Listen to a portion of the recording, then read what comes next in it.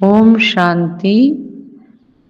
26/1/2026 இன்றைய அவ்யக்த இஷாரா. இந்த அவ்யக்த மாதத்தில் பந்தனத்திலிருந்து விடுபட்டு ஜீவன் முக்தி ஸ்திதியின் அனுபவம் செய்யுங்கள். தனது எண்ணங்களின் புயல் அல்லது ஏதாவது சம்பந்தங்களின் மூலம், இயற்கை அல்லது சூழ்நிலைகளின் மூலம் புயல்